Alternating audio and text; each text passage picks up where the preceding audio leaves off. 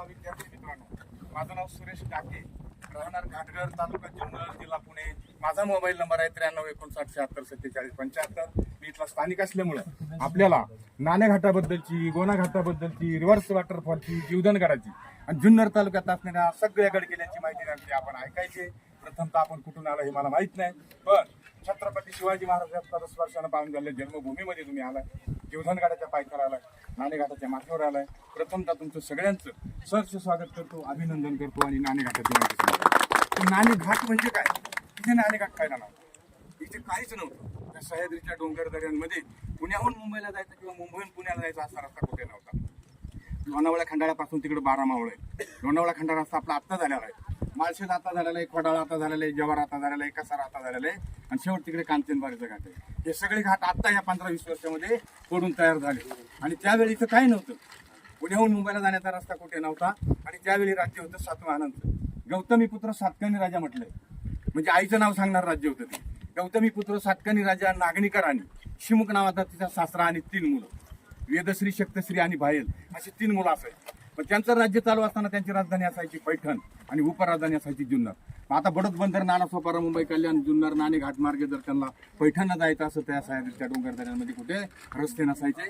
मग त्यांनी एक असा विचार केला की आपण एखादा डोंगर फोडून जर रस्ता केला तर कमीत कमी आपल्याला राजधानीला जाता येईल, उपराजधानीला जात किंवा नालासोपाऱ्याला मुंबईला जाता येईल. म्हणून त्या काळामध्ये त्यांच्याकडे बौद्ध भिक्षुक लोक असायचे, म्हणजे आजचे आपले ठेकेदार. बौद्ध भिक्षुक काय करायचे? लेणी कोराचे काम करायचे, गाठफोडाचे कामं करायचे, गुफा कोराचे कामं करायचे, पाण्याच्या टाक्या काढायचे. आणि अशा त्या बौद्ध भिक्षुकापैकी नाना आणि गुणा नावाचे 2 इंजिनियर ठेकेदार असायचे.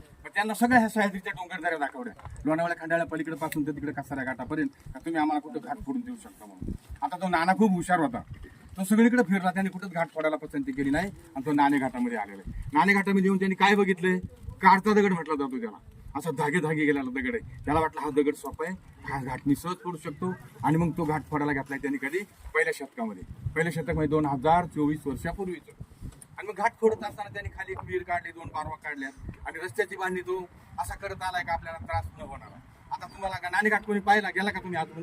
नाही गेला नाणेघाटामध्ये. थोडंसं तुम्हाला 5 मिनिटाचा प्रवास आहे, तो थोडासा अवघड आहे. तिथून खाली जर तुम्ही चालला ना गुफेपर्यंत तर तुम्हाला वळणाचे रस्ते, तिकडे जायचे, पुन्हा इकडे यायचे, तिकडे जायचे, पुन्हा इकडे यायचे. आज आपण पाणी घेऊन फिरतोय, बिस्लरी घेऊन फिरतोय, त्या काळामध्ये पाणी कुठं होतं? असे 2 वळणं करून गेलं का लगेच पाण्याची कुंडी सापडेल आपल्याला. फिल्टरच्या पाण्यासारखं स्वच्छ पाणी असं नाणेघाटामध्ये प्यायला भेटते. असा घाट फोडत तो वरती आलेला आहे. आणि वरती एक रांजण आहे. रांजण म्हणजे तो महाराष्ट्रातला पहिला टोल नाका जर तुम्हाला बघायला कुठं भेटत असेल तो नाणेघाटामध्ये. पुढे टोल नाके नव्हते किंवा काही नव्हतं.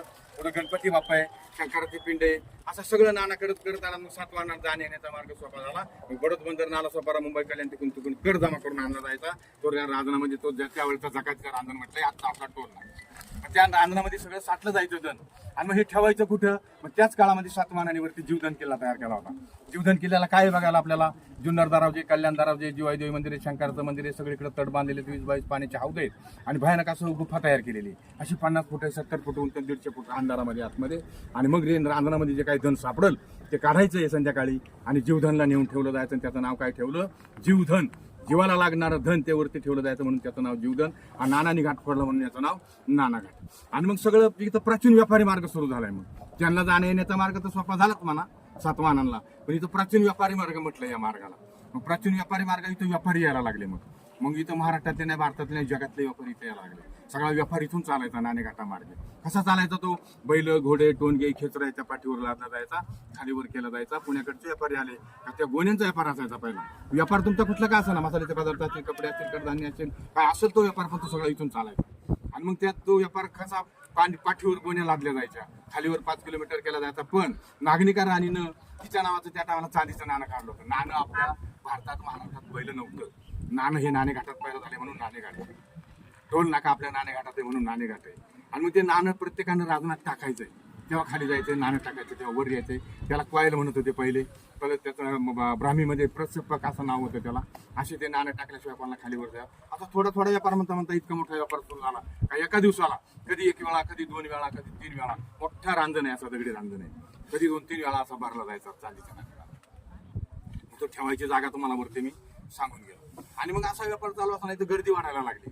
मग गर्दी वाढायला लागल्यावर नागरिकांना असा एक विचार केला का याला पर्याय म्हणून अजून एक घाट फोडला तर बाकीचे लोक इकडे नसतील.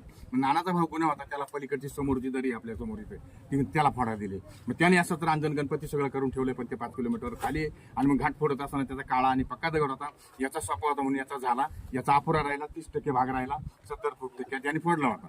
आणि मग ब्रिटिश सरकार येते, ब्रिटिश सरकारनं लक्षात घेऊन काय लोणावळा खंडाळा एवढे मोठाले घाट फोडण्यापेक्षा 30%च राहिलाय ना, हा जर फोडला तर पुन्हा मुंबई जवळ होऊ शकते. मग तो ब्रिटिश सरकारनं पुण्यातली फडके म्हणून कंपनी त्याला तो फोडा दिलेला आहे. तो फडके कंपनीने काय केलं, तर पाण्याची दुर्मिळ असल्यामुळे त्यांनी छोटंसं धरण बांधून ठेवले. आमच्याकडे फडके धरण आजही प्रसिद्ध आहे. त्यांनी 10 फुटाचं बांधून ठेवलं होतं. पुण्यातली एक संस्था त्यांना 10 फुटाची आम्हाला खोली करून दिलेली. परत सरकारनं त्याच्यावर आम्हाला 10 फुटाचं बांधकाम करून दिलंय. आणि सेम लोणावळ्याचं बुशे डॅम बनवले. ते मोठे आणि हे छोटे, खूप गर्दी असते आज दिवसभर तिकडे, खूप गर्दी. आणि मग त्यांनी पाण्याची उपलब्ध केली, आवरलेला घाट फोडा घेतला. आता घाट फोडत असताना त्यांनी काय केलंय, वरून खाली चालाय आणि तिथं गुन्हाने फोडला होता. तिथपर्यंत गेल्यावर त्या काळामध्ये काहीतरी खनिज संपत्ती निघायला लागलेली. मग गव्हर्नमेंट म्हणजे आम्ही कॉन्ट्रॅक्टर मी देणार नाही, वाद सुरू झाला, तो घाट फोडायचा आजपर्यंत असाच राहिलेला आहे. टाटा बिर्ला सगळ्या कंपन्या इथे येऊन गेल्या. आमच्या स्वखर्चाने आम्ही घाट फोडून देतो, रस्ता करून देतो, पण काय निघेल ते आम्ही घेऊ. तुम्हाला द्यायचं नाही, आमचा घाटही फोडायचा नाही. गुणाने फोडला म्हणून त्याचा गोना घाट आहे, नानाने फोडला म्हणून त्याचं नाव नाना घाट आहे. 7वा नंतर राज्य संपत आले, 7वा राज्य वय उर्दू झाले म्हणतो संपलेलं आहे. मग नागरिकांना आपल्या 3 मुलांसह काही दिवस राज्य करायला सुरुवात केली आहे. ती राज्य करत असताना तिला कोणतरी तुमच्यासारखे गुरु भेटले, सांगितलं बाबा तुझ्या नवरीने एवढं धन कमवलं, तरी म्हणे तो फुकटच गेला. आपण एखाद्या माणसाला सहज बोलून जातो ना, काकाने भरपूर इस्टेट कमवली पण तिचा काही उपयोग झाला नाही, त्यासाठी तू काहीतरी यज्ञ, याग, दान, धर्म काहीतरी कर, म्हणजे कमीत कमी तुझं नाव तरी निघेल ना. मग त्या नागरिकांनी किती यज्ञ केले, किती दान धर्म केला, हातीदान, घोडेदान, गाईदान, वस्त्रदान, हे सगळं तिने नवऱ्याच्या पाठीमागे केलं. आणि तिथं ब्राह्मी लिपी आपल्याला बघायला त्या ब्राह्मी लिपीमध्ये लिहून ठेवलेलं आहे. आणि मग नंतर ती वयोवृद्ध झाली, ती पण संपलेली. मग त्या 3 मुलांनी काही दिवस राज्य केलेलं आहे. 450 वर्ष राहावं असं आत्मानाने राज्य केलं. आताच्या राज्यांसारखं नाही. मग त्यांचं राज्य गेलं, अनेक राज्य आलेली आहेत, अनेक शाळा आल्या, सगळ्या शाळा आपल्याला माहिती आहेत.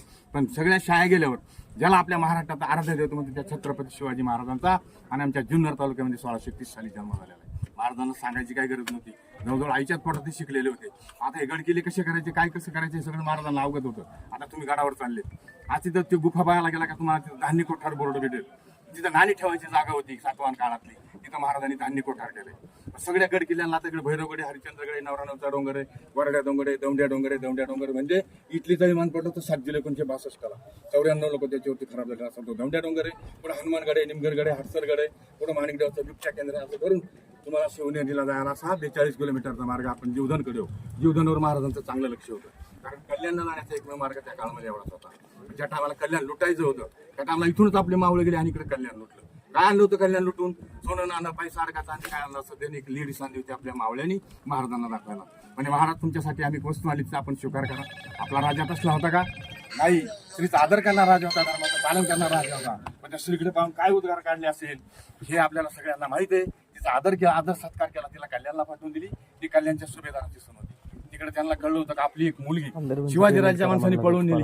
म्हणजे कोणी नेली? शिवाजीराजा. म्हणजे घाबरू नका, तो राजा तसला नाही. तिचा आदर करणारा राजा तो आपली मुलगी सुरक्षित आणून देईल आणि खरोखरच महाराजांनी तिला परत पाठवले. आता इकडे सुरत लुटायची होती.